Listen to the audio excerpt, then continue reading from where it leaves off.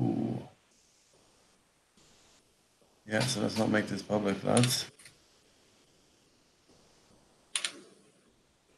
All right, well, it seems like it's going to be public for the time being, and then I'll just fuck anyone out if they join. Weird. Okay, cool. So let me see with the screen sharing business. So yeah, screen share. One.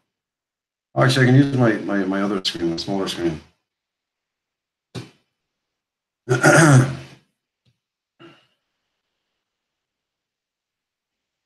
Okay, you can make that out, I presume, yeah? Because it looks like it's roughly the same resolution as a...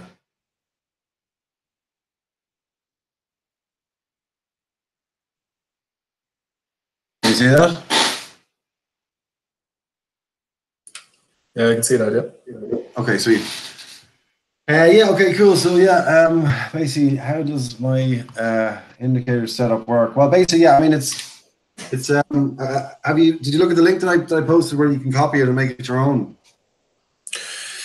I didn't have a time to root around at it now. Okay, well, this probably won't make a whole lot of sense. Well, you've probably seen the screenshots that I've posted before. Right, so in this case, you can see that the notation that the notation that I have on the chart there that says 480 with a question mark. So this is GBP USD, which I don't really like to trade. I fucking lost. I've had 2 shitty trades on it today. Because basically either Trump says something or Theresa May says something, and the fucking markets they behave too much like crypto. I hate it. So what I've generally mostly been trading is so basically I trade just a small 5 different markets. They're basically just the different global economies: Europe, Australia, British pound, Japanese yen, Canadian dollar, and then DXY is the dollar index. That's just a way of seeing what whether the dollar is strong or not. Obviously, ideally. Let me just get rid of this shit here.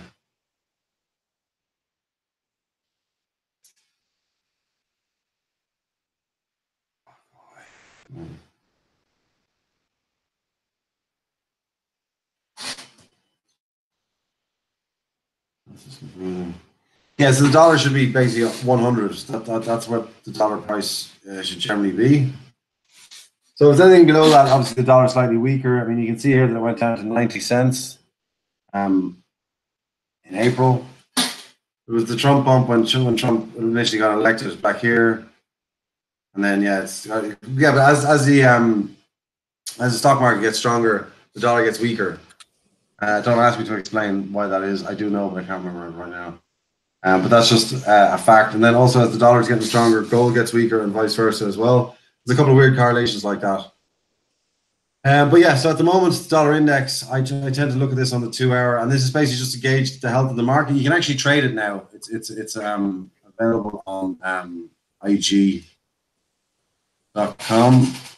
But it wasn't ever designed. It wasn't ever really meant to be traded. It's just always been a chart that people have used. So yeah, if you want to figure out what's going on in the world, basically, because every single Forex pair is traded against the US dollar. So when it says GBP USD or USD JPY, basically, there's nothing else to compare the dollar against, apart from gold, really. But the good symbol for gold is XAU UAG or XAU USD, which is obviously AU is a symbol for gold, and then what's silver? XAG, I think. AG is the chemical symbol for silver. But yeah, anyway, it's not really important. So generally, I'll have a look at the dollar index, the DXY, every day. So as you can see here with the sequentials, the way they line up on the 2-hour is absolutely brilliant. So I mean, that's like you get an alert with this. I've got an alert room. 1 second, let me just find it here. I think you might be in it already, actually. Are you? I am. Yeah, I am. Yeah. This one here. So this gives me alerts. USD CAD 120, which is obviously the 2-hour. And then I got an alert earlier on that was actually a false alert because it set up the alert properly. And then it told me to sell USD JPY on the 180. So we can actually just have a look at that, which it should be down here.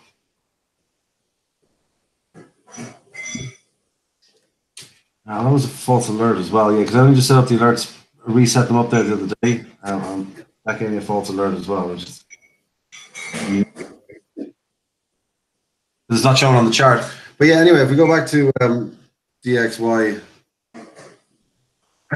on the 2 hour. So yeah, basically what I'm doing is I'm just following, there's certain indicators that I've either customized or built from scratch. So yeah, if you look at this one, for example, this lines up pretty well. Like sequentials generally line up pretty well in general. This is it on the 3 hour. The 2 hour is actually better, but you can see here it catches the top of this perfectly, catches the bottom of this perfectly. The 13, so and 9 on a TD sequential, it just means that there's been 9 candles in a row where the close of the candle is higher than the close of the candle 4 candles previous. So it basically just means that it's in an uptrend. And if that happens 9 times in a row, then the sequential counts all the way up to 9, and then you'll generally have a change in trend. When you start to see stuff like this, where you're getting signals halfway up the pole like this is basically just a very strong trend. So it's actually 2 different trends in one. So you've got 1 to 9 here, then there's generally a little pullback, which allows you to jump into the trend, and then again it goes up, and this is an actual reversal. So this is just a pullback here, whereas this is a reversal because price starts going the opposite direction. So yeah, at the moment we're on the 180 time frame. And do you use anything then to help you differentiate whether this is an opportunity to enter the trend or whether it's an opportunity to short it? Well, as a general rule, this is kind of what I'm explaining. But yeah, basically, like I used to, if you're on a lower time frame, generally you'll get these kind of false signals a lot. I mean, they happen. They're going to happen. Just say there's an alert to say that USD JPY just had a TD13. So I'll go down to my alerts here. Click on that. It'll load up the. Yeah, so there's a TD9 there on the 3 minutes. So if you look, you can see here. This is a 30-minute chart. Pretty much all these alerts have been, if you longed here, you would have exited around here, and then you could have gone short here. And generally, if a 9 is close to one of the moving averages, I'm not sure if you can see it here, but there's a sort of a wine-colored one here. That's the 99 MA. The basic price. If the 9 is above that, price will generally smash into the MA and then take off again. If the 9 happens just before a moving average, you can almost guarantee the price is going to reverse. Yeah. So when you look at this, you can go long here, you can exit the position here, or you can go short briefly, and then go short here, go long here. The action goes a bit sideways here, and then this one says to go short. This is saying to go long, but this is the 30 minutes. This is just something that I trade if I'm bored or if I'm not paying attention to my rules, which are basically don't trade this kind of action. But then when you look at the 3 hour on USD JPY, it's actually a pretty messy chart. It's not one that I'm really trading at the moment. It's because there's more obvious action elsewhere. So if Euro USD is the one I've mostly been trading. Put that on the 2 hour time frame. The 2 hour time frame is the one where the sequentials match up with the tops and bottoms the best, basically. And what I do is, like, every now and again, I'll just quickly go 1 hour, see how they match up. Just look at the orange and the blues, and obviously the black and the red ones as well. They're pretty shy. Like, they don't really match up too well. They're too early. You see, this one's 4 or 5 candles too early. This one's 3 candles too early. This is like 4 or 5 too early. That tells me that it's the wrong time frame. So I'll go to 2. In this case, 2 is perfect. There's an early false signal here, but this is a good entry. Great short, long, great short, great long. I made 1,000 quid off this move in total, and then I went to short. I meant to short this again because this is just a bounce to the 50% fib. But the alerts didn't fire, or I didn't see the alerts or whatever. So no big deal. But I made a decent bit of wedge. And then so that's basically it. I mean, that's the crux of it is just sequentials. When you get rid of all the other numbers, although I still use the other numbers as well. If you zoom in, you can see that the numbers are there, just because they give you an idea of what sort of strength there is in the market. So if price keeps making it only all the way up to 7, and then 6, and then 6, and then 6 here, you know that you can start doing reversals on the 6s and stuff like that. That's more advanced sort of stuff that you don't really need to worry about that. I mean, if you just basically follow the sequentials as I'm using them here, which is basically find the right timeline, when they match up, and then just basically, almost just blindly take the trade, but not quite as simple as that. So yeah, and then one of the other things that's visible on the charts here is, maybe it's an idea to I'll remove everything else except what I'm talking about at the time. That probably makes a bit more sense, because I'm used to all this mess on the charts, but if you don't know what you're looking for, it basically just looks like a big old mess. Right, so that's just pure price action there. I've obviously added these green lines myself, so you don't need to worry about that too much. These down here at the bottom, I'll just get rid of them temporarily. Right, so TD sequentials, this one here. This is one I've worked on a lot. If you look at the code here, there's like 272 different versions of this. Wow. I've worked where I've edited shit. So I've been working on that for, I don't know, maybe a year at this stage or something, just tweaking it. And when I learn a little bit more about it, I'll figure out a way of making it work a little bit better or signal a bit better, and then I'll tweak something, I'll add something. I've added lots of shit that I've taken out as well, again.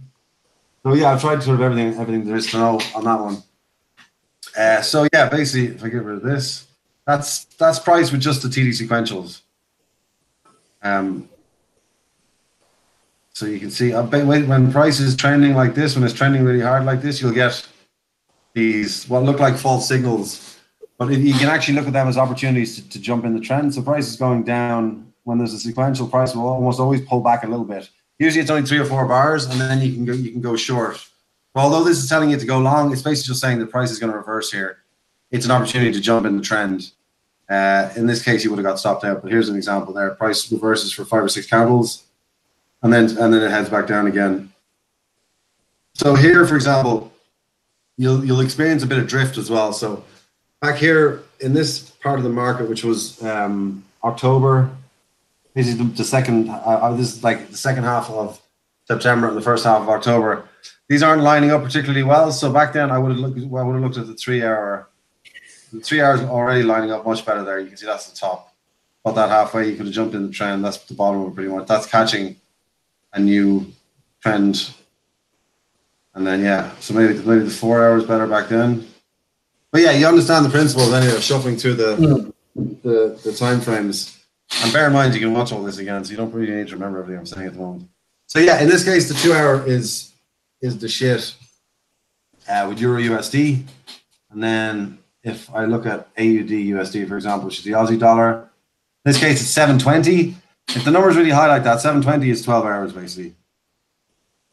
So 12 hours lines up really well there. They're all great trades. Like, if you catch that one there up to there, that's a 2.6% trade. At 10x, that's a 260% trade. Is that right? Jesus, my brain, yeah. Is it? No. Sorry, 26. Yeah, that'll give you 26% return in a week. But because it's Forex, and because you can kind of trust these signals, you can put a lot more money on each trade. Whereas with crypto, you don't know whether the whole thing's going to fucking collapse while you're asleep. No, so you can be a lot more confident. So anyway, Aussie, there's not much action on the Aussie dollar. So these signals are 12-hour signals. This is a good signal here, great signal here. Great long, great short, not such a great long here. But if you look at these pink things here, these pink dotted lines, these are called TD risk lines. They're part of the TD sequential system. So they actually show you where to put your stop. That's what I was about to ask you. How do you once you enter into a position? How do you know when it's like, okay, this is a false signal? Yeah, basically, I mean, if you see too many false signals, you're generally on the wrong time frame. That's something that took me ages to figure out about sequentials. That was like 6 or 8 months of trial and error that just clicked. I mean, it seems so obvious now, but that was the thing that was really missing with my. I was doing really well with the sequentials, but it wasn't always, like, I mean, these are super reliable. I mean, this is basically, it's like having a cheat code for trading, up, down, left, right, A, B, start, select, But yeah, anyway, good long, good short, good long. I mean, this one you would have almost gotten stopped out here, but the risk line was in the right place. You got a long there, short. Basically, I mean, that's 1, 2, 3, 4. If you took all of those trades, each one of those is going to be roughly 25%. You start with $1,000. You've got 1,250, then add 25% to that. Basically, you'll end up with 3 or 4 grand from $1,000 in 2 months. I mean, if you start with 10 grand, obviously you'll end up with 30 or 40 grand. So, I mean, it's all relative. Here, action's all over the place, so that there's been no signals from. I mean, if you took this long here, there's no way you'd stay in this trade long enough because you just keep you'd overtrade basically. You'd end up exiting the trade. But that's a nice 5% move there. Zigzag, zigzag, zigzag. So that tells me that I need to go to a lower time frame. You'll see that there'll be some sort of signals on here. Now these are all over the fucking place just because price action is so scatty. Maybe the 3 hours better, blah blah blah. But sure, I'm starting to repeat myself now.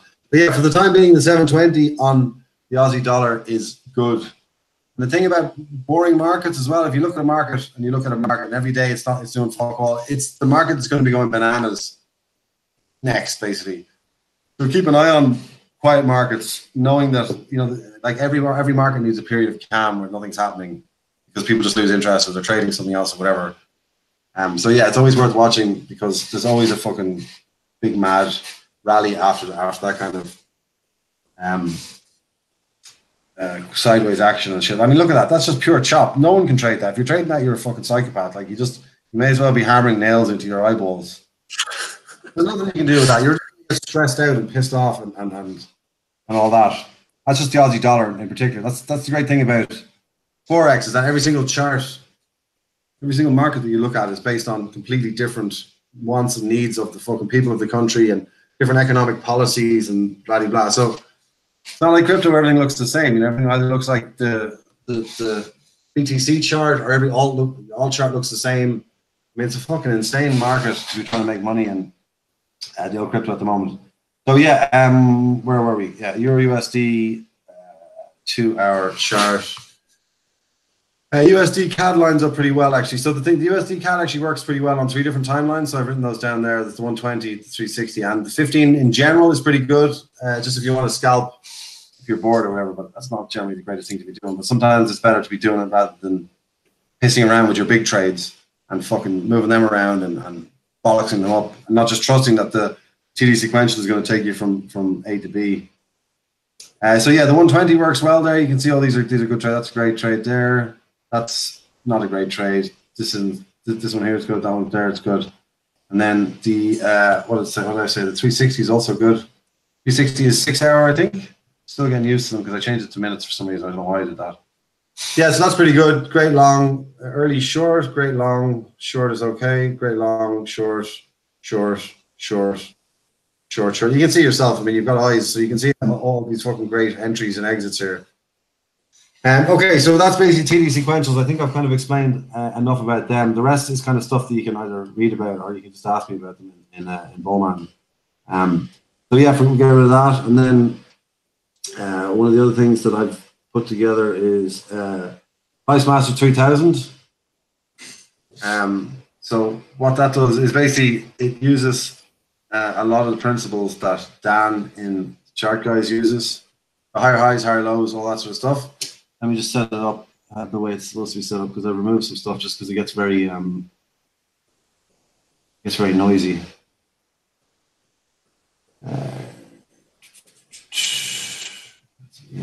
There. All right, so you can see that's pretty noisy there. I can probably get rid of that. Yeah. So we look at this on the 30-minute.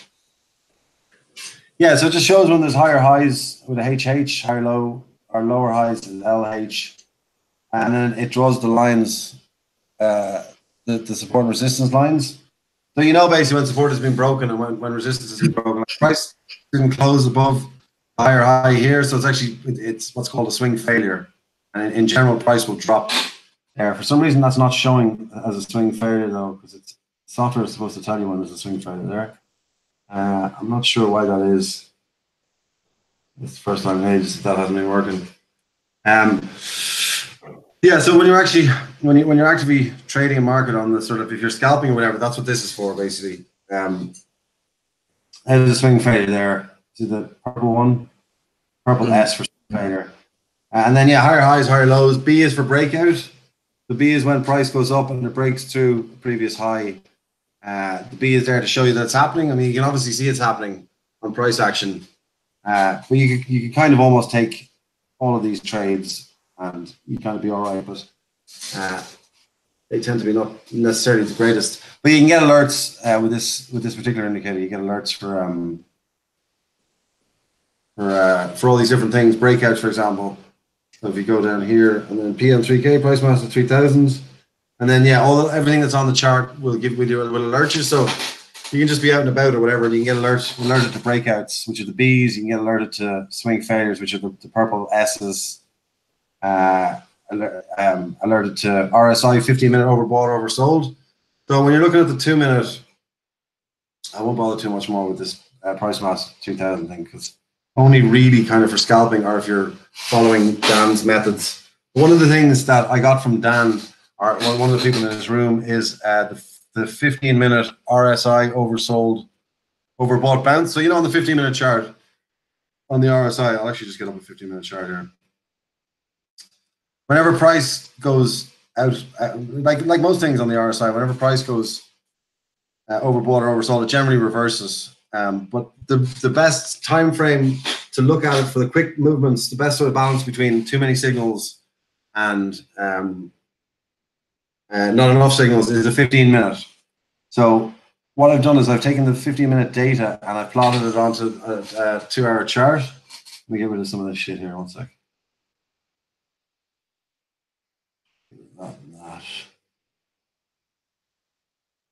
Get rid of breakouts for the moment. Retest. So if you see these pink signals, these are when price has gone up here. It's obviously so this is a 2-hour chart. Let me get this here on the side. This is a 2-hour chart, but it's looking for information on the 15-minute chart. So this basically means that at some stage on this 2-hour candle, here, price on the 15-minute was overbought. And as you can see, they're really good reversals. And I've edited it so when something's overbought, it means that it's above, strictly speaking, it means that it's above 70 on the RSI. You can see the information here. Or it's below 30. That's what these lines are at the top of. I mean, I'm sure you probably know that already. So I've just edited this so that it actually only shows stuff that goes above, say, 74 or 75. So you're getting less signals, but the ones that you get are generally stronger. So as you can see, this is an unbelievably good reversal point here. This is a great catch. This one here, also a good reversal point. You just need to be a little bit more generous with your stop loss, which is easier said than done. Obviously, this is a good trade. This one here, also potentially a good trade. It'll initially go against you, but then it'll be grand. This one here, you're bouncing off what becomes a trend line shortly after this move. So you could along that. Again, you could short this one here with your stop loss above the previous high here. That would have caught you in that move. So yeah, it depends on the market, but you can see them there. And again, like the 2D sequentials, you'll find that certain time frames, they just line up beautifully. Not always, but you'll once you see it, so for example, it's not so good on the 3-hour here, as you can see. On the 2-hour, which we just looked at, there's loads of really good entries. The 4-hour, let's have a look. Yeah, not great. I think once you go above the sort of 4-hour, the 6-hour, then you're getting into just sloppy kind of, or just very, very, very compressed price action. So you're not really going to get any good signals there. The 1-hour might be good, but I would generally find with the 1-hour that there's too many signals. Yeah, here we go. There's a couple of false signals here. A couple of false signals here. You could wait for the double signals here. Wait for two to get 2 in a row or something. That's another method. But who can be arsed with doing that? You get one signal, wait for another one, and by the time the second one arrives, you forgot what the fuck you're doing in the first place. So yeah, in this case, the 2-hour is great for the RSI, 15-minute oversold or overbought, oversold. Then let's just look at the Aussie dollar just for crack here. See if they line up well. Yeah, so that's a great short there, great long. This one's not a great signal. These two aren't bad. You get stopped out on the first one. The second one would be all right. The thing is, you generally want to be trading in the direction of the prevailing trend. It's just as a general rule in Forex. So you want to go up to a lot of people look at the first thing they'll do when they look at a market is they'll look at the weekly market. So what does that tell you? That tells me that the Aussie dollar's in a downtrend at the moment. It's attempting a reversal here, but it's a fucking mess. So as far as I'm concerned, it's still going down on the weekly. So it's going down on the weekly. And if you look at the daily, it's going up a little bit on the daily. This is it's in a period of transition here. So not the greatest example ever. A lot of markets are just trending down. Look at this; it's been trending down since January. It's easy to say that the only trades that you should be taking on the Aussie dollar this year are shorts, because just by the law of averages, it's going to move faster when it's heading down. So the way to deal with that is go back down to the 2 hour and then just take the short signals. Ignore this, take the short here, take these shorts. There's a short signal there. You can still take the longs as well, obviously, but as a general rule, the shorts, just by the law of averages, you'll just have an easier time if you follow the overall trend. If you trade the direction of the overall trend. Oh yeah, sorry, I wrote the software, so it only looks back for 2 or 3 months. It's because it improves performance. You can change that setting here. Change that to 12 just for the time being. We'll go back 12 months. Yeah, so you can see short here. Couple of great trades there. That wouldn't have been so good. These 2 longs here, you would have just been stopped out straight away. Couple of good longs here. Short from there would have been all right. So yeah, that's the RSI 15-minute bounce alerts. Basically, what I'm showing you is stuff that I've added to price action based on different techniques that I found work over time. So yeah, so that's the 15-minute RSI oversold, overbought bounce. So the next one I want to show you is a swing failure pattern. I don't know if I mentioned these in the room a fair few times. Tom Dante is a big fan. But it basically, here's a good example. It's when just ignore that. It's when price goes up to a point and then it drops and goes up and it tries to hit that point again. And what happens is a wick will go from below the point to above the point. This is the point here, obviously. Wick will go from below to above the point, but the price won't close above. And then it'll just fucking shoot down. You can see it here. That drop. There's a short opportunity for there. You would have got a signal. That's a 2% drop, 1.8% drop, 10x. That's an 18% drop over 4 days. Again, if you've got a decent bit of wedge on that, you can make. It depends on how much money you're putting on in the first place. But yeah, it's kind of reliable sort of trades, so you can put more wedge on, as I said. Yeah, and again, you can get alerted to these. You just hit this here. Go into PN3K, which is the name of the indicator, and then this one is called swing failure pattern. Swing failure pattern long, swing failure pattern short. I have all these set up already in my different signal rooms anyway, so you can just use them.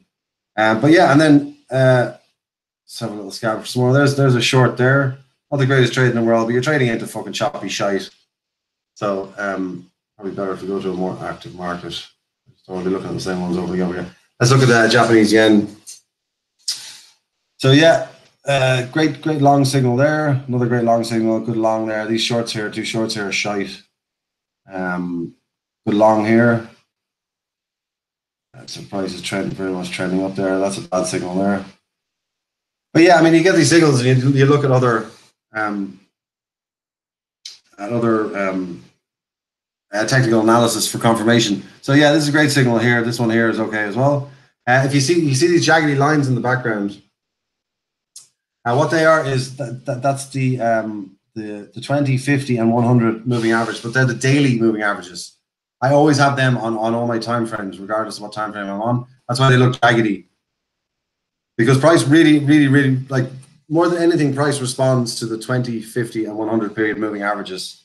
Here, price goes up here, it slams into this green line here, which is, I think, the 50. Oh yeah, that's the 20. I have a traffic light, so the green is the 20, orange is the 50, and then red is the 100. So yeah, price it'll respect those lines. Look, there it is, perfectly respecting the line. It's sort of respecting it here. And then yeah, there it is, respecting it there, and you get a double bottom on top of the 50 period moving average. That's almost guaranteed the price is going to go up when you get a W like that. You've got a big one here actually as well, and that's right on top of just by coincidence here. This is the red one is the 100 period moving average on the daily, and you can see price is right on top of it. If I actually show you the daily chart, it might help make sense. So this is the line This is what the line looks like on the daily chart. This red one here. It's the exact same line. It's just it just looks jaggedy on the 1 hour chart.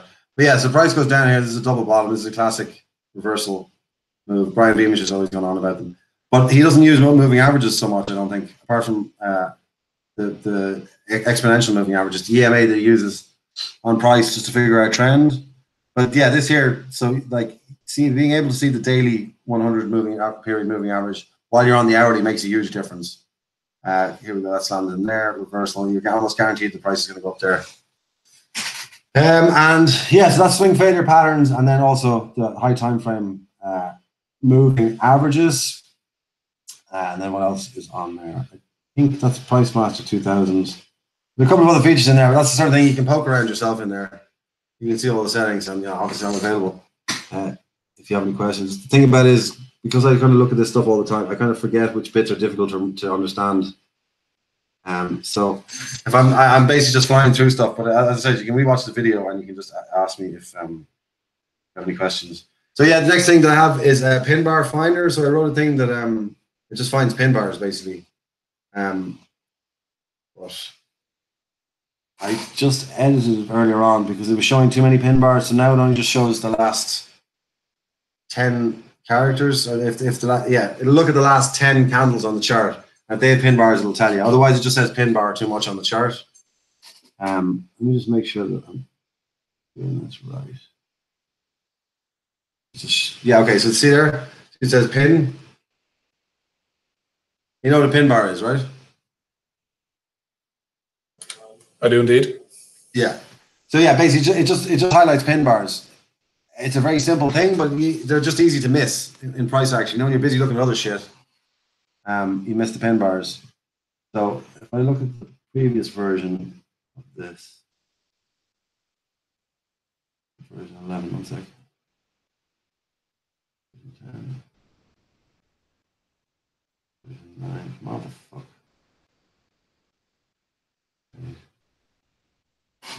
What is going on here? That's not doing anything. Oh yeah, so you see the code. Some of the code just disappeared there. So if I add that version back onto the chart, you'll see what I mean about the word pin being on the chart too much. Where the fuck is it?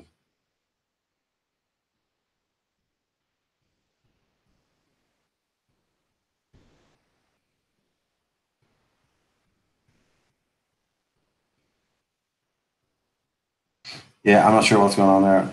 That's never not works, but you know the way it is with these things. Yeah, so yeah, it just shows pin bars, but it'll show them everywhere on the chart normally. Like there's one there, for example. That would be highlighted beautifully. And that's a fucking perfect. That's your absolute perfect textbook pin bar reverse. The thing about pin bars is that if they're not called pin bar, well, that's actually not a pin bar.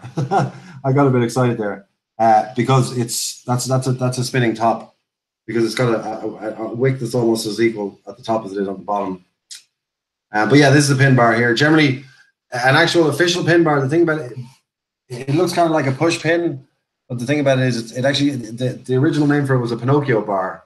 The reason why it's called a Pinocchio bar is because generally it's like looking at Pinocchio's head from above. The nose is poking out, and on either side you've got his eyes. So generally a pin bar is find an example of a pin bar. It's generally not recessed like that. It's generally, you've got to close the bar, then you've got the next bar, and the other one. And it's basically like a nose poking out between two bars. So while that says pin bar on it, so that's an example of a pin bar there. See, price stops there. Price is a little bit too high up there, but ultimately the nose is poking out the bottom, as opposed to a pin bar that's just kind of sitting like this, for example. That looks like a pin bar, but it's not really, because this candle is all up in its grill. This one here, they're both, like, they're all kind of pin bars in a way. But yeah, it's like if Pinocchio has got one really fucking long eye that's longer than his nose in that one there. So that's a great pin bar. That's another good pin bar there. These are all great reversal signals. So yeah, basically, in all my years of price action trading, or my experience of price action trading, I just found that the greatest reversal signals were pin bars and tweezer tops and tweezer bottoms. So that one finds pin bars, and then I don't know why it's not shown on this. I wrote one that looks for tweezer bottoms as well. I did anyway. Yeah, I did. Tweezer tops and bottoms. There we are. Pin bar finder. Yeah. So see here where it says TB. That is a tweezer bottom. So basically, it's actually not a great example of a tweezer bottom. The pin bar and the tweezer bottom code are actually quite new. I've done them in the last month or two, and I've just been busy or mad out of it, so I haven't actually finished them. But yeah, that's identifying basically a tweezer bottom, and then so this here is kind of a tweezer top. There's no wick coming out on this side, but that's essentially what you're looking for. I'd consider that to be a tweezer top. This basically means price went up, went sideways. There was very little debate about the fact the price was going to go back down just because of the small wick. Small bit of indecision, then boom, price goes back down. Here, not so much tweezer top, but kind of sort of. It's one of the tweezers is missing the actual tweeze bit. There's another name for that. It's like a double bar, or I don't know what the other fucking thing is called, but that software is not picking up on it anyway.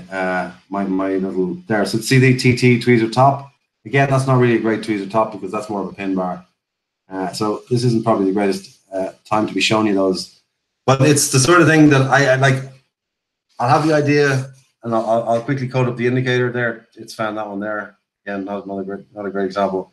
Quickly code up the indicator, and then I'll leave it on my chart.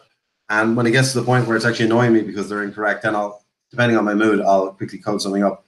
So if I'm in the mood to do it, I can do it in an hour. And if I'm not in the mood to do it, I'll just faff around for the whole day and I'll get it done, but I won't enjoy it. So yeah, I just leave that on the chart there anyway. Tweezer tops and tweezer bottom are pretty rare. That's why it's important to have an indicator that has an alert set up so you can. So yeah, I just got an alert there. Say the USD has a oversold RSI. Here we go. Let's try this out. So alerts are here. The 15-minute RSI oversold. So we need to add PM3K back on there.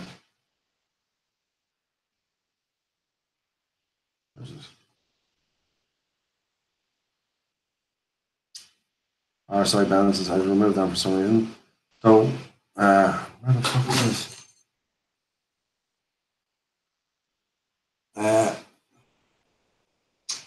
I'm not sure why that's not showing. There should be a pink R there. Again, I just set up these alerts there the other day, so I'm not sure why that's working. But you know the way it is. Whenever you're showing people stuff, it tends to not work. Oh, it's showing there for some reason. Showing on the 15-minute, but I got the alert on the 30-minute chart, so I'm not sure. Anyway, that would be a short signal. This one here, two good short signals. That's a good long. They're shite signals. That one's not very good.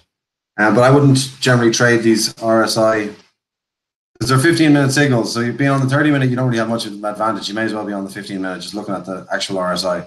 When you get up to the 2-hour, that's a great short there. The bad signals there. Maybe that's the wrong time frame. I think it might be the 4-hour. Anyway, it's a very choppy chart because no one's got any confidence in the market, so it can't trend properly because of fucking Brexit and all that sort of stuff. Okay, so where was I? PM3K.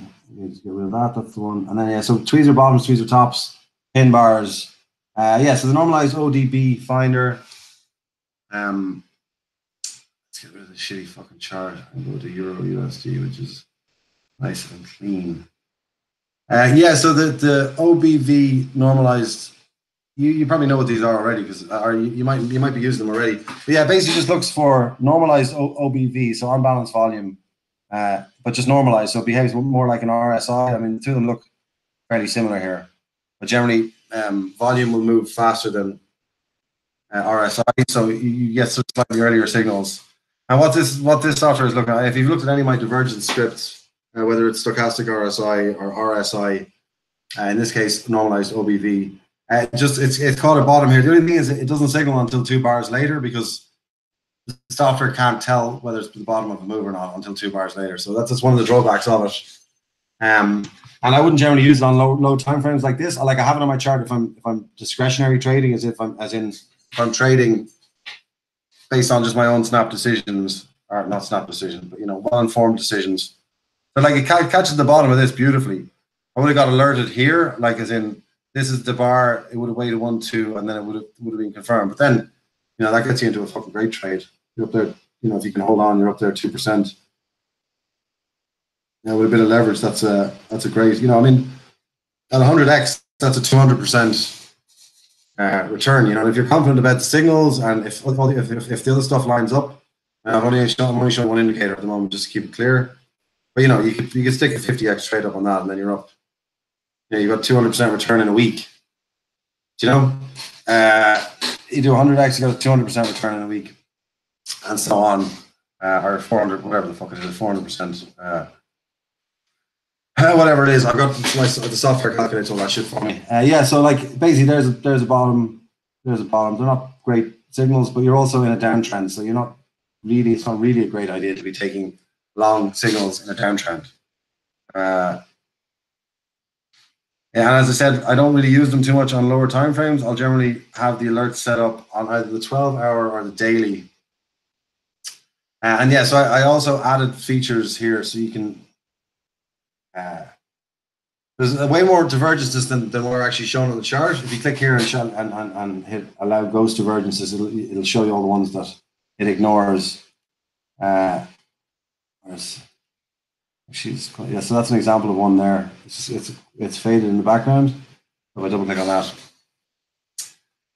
So for example, the minimum bar length, that's basically saying it has to be at least 1, 2, 3 bars wide, or else it's not a valid reversal. Certain people will say that unless it reverses at least 10 bars, there's no point in trading it. So if you think that, you can just go 1, 2, 3, 4, 5, 6, 7, 8, 9, 10. And you'll see a lot of them have disappeared or they've ghosted. If you click that box, it'll get rid of the ghosted ones already. I think 5 or 6 is generally a good number. Maximum bar length is 1,000. That kind of doesn't need to be there. It's just one of the things I never cleaned up when I finished writing the code. So yeah, we're already removing some of these signals. That's a bad signal. That's a bad signal. This is a great signal. Not such a great signal. This one's okay. So yeah, you just kind of tune it to the market and say you want that to be 8. We'll keep it low for the time being. And then minimum price change. So you can see here the divergence is here. So what the divergence is looking at is like price is going up here, but OBV is going down. That's basically what the divergence is in this case. But if you only want, so this divergence here, this isn't a very deep divergence. This is like, less than 0.5%. What you can do is you can go in there and you can say, I only want to see divergences that are at least 0.3% moves. So that gets rid of that one straight away. If you only want like really strong divergences, I don't think I've ever set this to anything higher than 1%. But yeah, as you can see, that's gotten rid of nearly everything there. So we bring that down to like 0.4%, which should reappear. Yeah, there we go. And then, yeah, so basically what you do is you just tweak it to the market as you see it at the time. Whatever just from eyeballing what you think looks good. So, I mean, here's a good short, here's a good long. A couple of bad signals there. This is a good signal. Short-term bad. But these are also, it's a daily chart. So if you catch that move, you're 3%. What's that, 3.5% over the course of 21 days? Again, if you're 100x leverage. I mean, there's a website called Traders Way that will give you 1,000x leverage. So if you've got a real big pair of balls and enough fucking money to absorb it, if price goes against you, you can get a 3,000% return in 3 days. That's absolutely fucking ludicrous even to talk about because it's insane to be trading with 1,000x leverage. But that's how Forex is made interesting by these brokers. Is that 1,000x leverage? If you got 10, if you got 1,000 in your account, what the fuck am I doing? Like 1,000%, is it? Is that right? Wait, I'll give you $10,000. It's actually more than $10,000 worth. Oh, maybe it is actually. I don't know. Anyway, I don't know why I can't figure that out at the moment. But yeah, you put down 10 grand, they'll give you 1,000% of that. So yeah, 10 times what you're putting down. So they'll give you 100 grand to trade with. Now, obviously, if you're trading with that sort of high leverage, you're going to get fucking your account's going to get cleaned out. In I think a 0.1% move going against you would clean you out, something like that. Anyway. But yeah, so these moves are, while they're small. Okay, for example, if you took this trade here and for whatever reason you managed to stay in the trade the whole way up there, which is never going to happen because you're going to keep looking at it, you're going to fuck it up, just because it's human nature. Like if you can actually hold on to like a 50x leverage long for 83 days, like this one here would be from signal to top, you're Superman basically. But yeah, it's also a 8.76% move. Again, you know, if you're 100x leverage, if you're 50x leverage, that's a 400% return in 2 months. You know, obviously don't touch fucking high leverage like that until you get good. You know, don't go anything higher than 5 or 10x, even 1x at the start. Yeah, but again, this is just, it's more of the same stuff. The only thing with this one is that it shows you, with these lines here, it shows you what part of the price action is relevant, whereas the other ones are generally just dots, because obviously this is a divergence, and it's important to see that sort of stuff. So that's OBV normalized divergences. Then there's a couple of other bits and pieces in here. And there's the RSI cave, which you might have seen the other day. That's a brand new thing that I came up with. That shows you. That's the same information as the RSI down here, but it just kind of puts it around price. I find it really good. It makes tons of sense, but it depends on what sort of you know, if you're more visual, it'll work in your favor. I just often forget to look at the RSI. I mean, I know it's a fundamental part of trading, but I just forget. I'm too busy looking at price action. I guess because I've got so much colored shit around all the price action up here. But yeah, I mean, it's really, so I can look at the price action. It's really obvious the price is about to hit something here because it's in a cave. Whereas down here, it's the exact same information, but yeah, you just need to remember to look down. Same here.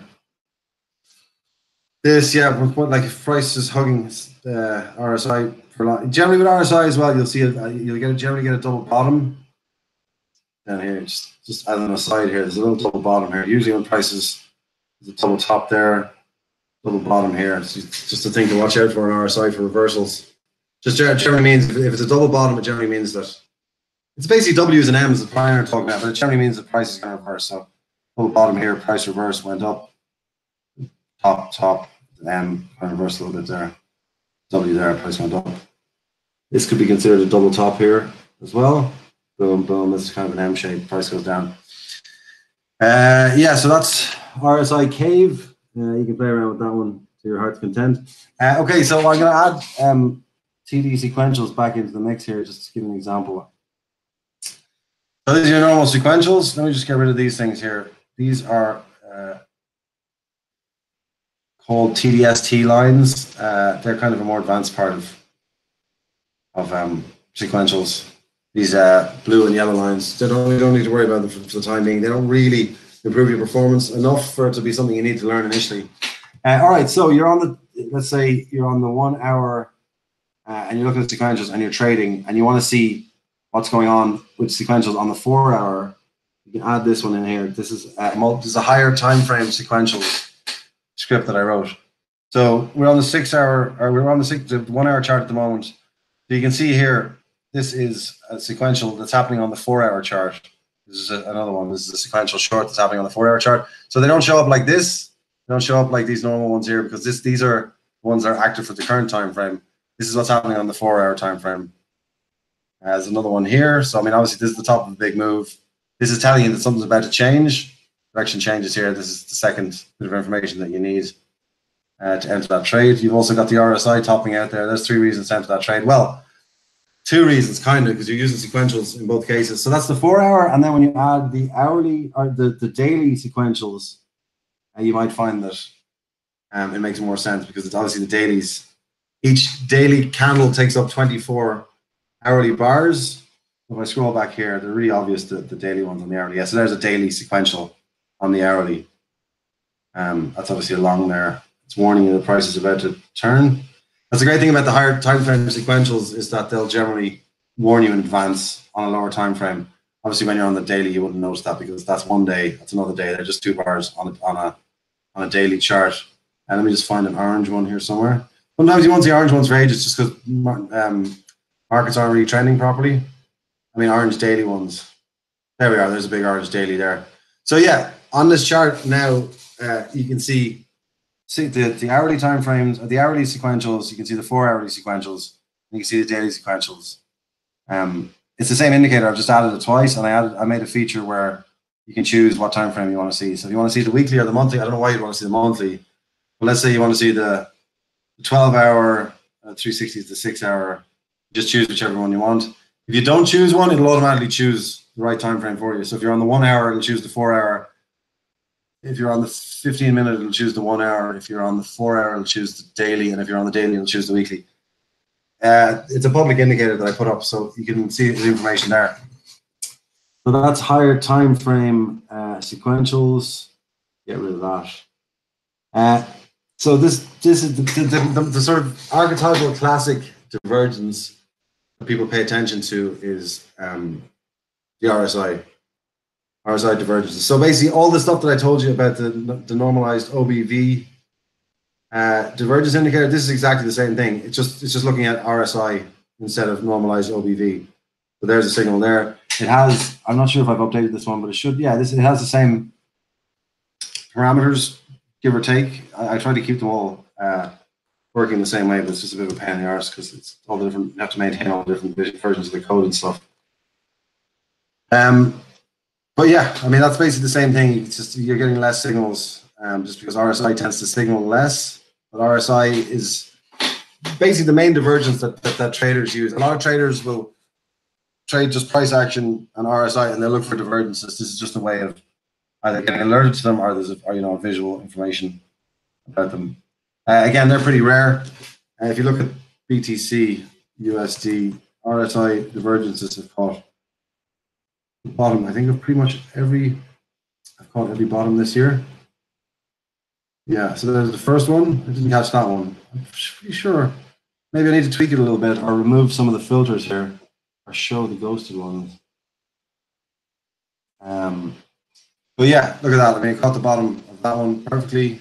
Caught the bottom of that one perfectly. Caught the bottom. Like, these are all opportunities to long alts. You know, you can long BTC, but a BTC is only going to go up 30 or 40%, whereas an alt, if you see BTC putting in a bottom like that, and if you look at the alts and just look for which alts have volume increasing, as in interest increasing, they're the ones that are going to go up 200-300%, whereas BTC is only going to go up. In this case, it went up 40%, and then it started to shift a bit again. Again, the bottom was caught by the RSI divergence here, and then look, there's one there actually from just a couple of days ago. But yeah, when price drops quickly like that, you'll also always get a divergence. So they're less trustworthy when price has been dropping like that. Yeah, so that's the RSI divergence finder. Again, same as the OBV, just using a different technique. PPO divergence alerts, price percentage oscillator. This is actually one of my most popular indicators. I think I've got like 7,000 likes or something, or maybe that's a complete exaggeration. It's definitely the most popular anyway. So what a price percentage oscillator is basically just another oscillator like RSI, but it uses price percentage. So rather than absolute value, so for Bitcoin to go from the bottom of the top of RSI is maybe $300 or $400, but if you use price percentage oscillator, that's 3%. It's like 3% is 3% across any market, so it's handy for that kind of shit. So yeah, look at this. Like PPO caught like literally the top of Bitcoin on the 17th of December of last year. I mean, literally to the day. I mean, obviously there's a lot of false signals along the way, but it's there's something to be said for something that catches the top like that. I generally wouldn't use it on high time frames like that. I don't really use it much. I don't know. It's really popular, as I said, but I think it used to give me too many false signals.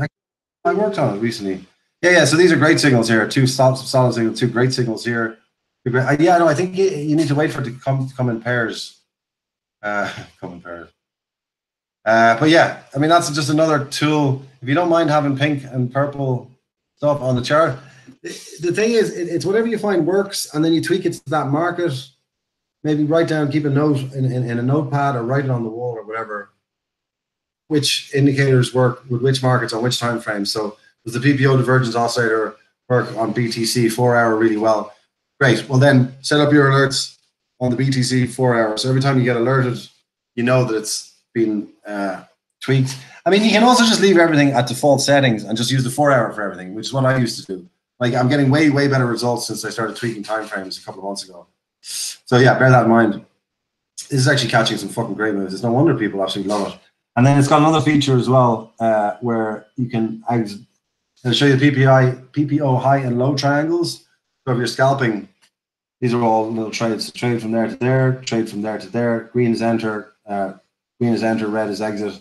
These are some fucking great moves there. Maybe I need to look at this signal again. Short from here to here to here, green, red to green. A bit of chop here. There's nothing you can do about chop. That's just a fact of life. Good long here, good long here, good long here. Jesus, some fucking great moves here. I don't know why. I used to trade with this all the time. Yeah, okay, so that's going back in the old repertoire anyway. There's fucking magic moves there. Yeah, so just to be clear what that is, that's PPO divergence alerts 2.1. And just make sure that PPO high and low triangles are enabled. And then they activate that shit there. There's other shit you can change in there, but I just generally leave those settings the way they are.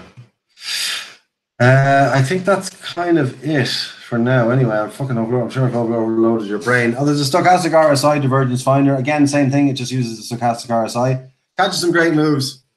I used to use this all the time. It's actually part of the Gambit suite that I traded. I built it as part of the suite, and everyone loved it. But I think just because crypto's just been going down, and when markets trend like that, which basically is hardly ever seen anywhere in normal markets, divergence indicators just fire off bad signals left, right, and center, and then you get alert fatigue. You know, 4 or 5 bad signals in a row, you stop paying attention to any signals, which is one of the bad things about it. And then I think that's it. Yeah, I mean, RSI trend spotter. I've talked about that in the room before. That's just a normal RSI, but I've colored it so that if it's mostly red, it means the stuff is in a downtrend. If it's mostly green, stuff is in an uptrend. If it's half and half, then price is trying to figure out what the fuck is going on, or it's basically sideways. I mean, that's pretty much sideways. It's ever so slightly up, but you can see on the RSI that. Yeah, and then volume range events. There's no point in me explaining that because I made a video only about 3 or 4 days ago that explained that. This thing here, but it's magic. It's fucking really, really important to figure out how this works. I think I did a pretty good video the other day. It's only like 5 minutes. So it's better if you look at that, I think. And yeah, I think that's it. They're all my main indicators there. Whatever, there's 2, 4, 6, 8, 10, 12. Yeah, I don't know if I fucking paused for breath there. How long has that been? Like, fucking hell, an hour and a half. Well, you can rewatch the video anyway. But yeah, any questions? Oh, that's all good, man. I'm gonna watch that back. I might have some questions in Ballman, but no, that's all deadly. I'm gonna start going. There's a few there that I'm definitely gonna incorporate into my own charts. So that's class. Okay, Sam. So what I'll do, because I've made some changes since the last time I shared this, so I'll just make sure everything's in order, and then I'll share a private chart with you and whoever else is in Ballman, and you can just click on that, and then you know how to use the make mine button, and then it gives you the exact same setup as what I have. Like literally everything's the exact same. You might have to take off a few indicators depending on what level of trading view account you have. I think I have a maximum of 25. I'm not sure what the lower accounts are, but like you don't need to know the New York session opening hours or any of that sort of stuff. You remove them. Yeah, but that's basically the crack anyway. Ush, good talking at you, and I think that kind of that covers it. There's probably a couple of bits and pieces that I haven't, that I've forgotten or whatever. Sure. Such is life. Deadly. Thanks, William. All right, I'll talk to you when back in Ballman. Sure. Take it easy. Cheers. Thanks. Bye bye.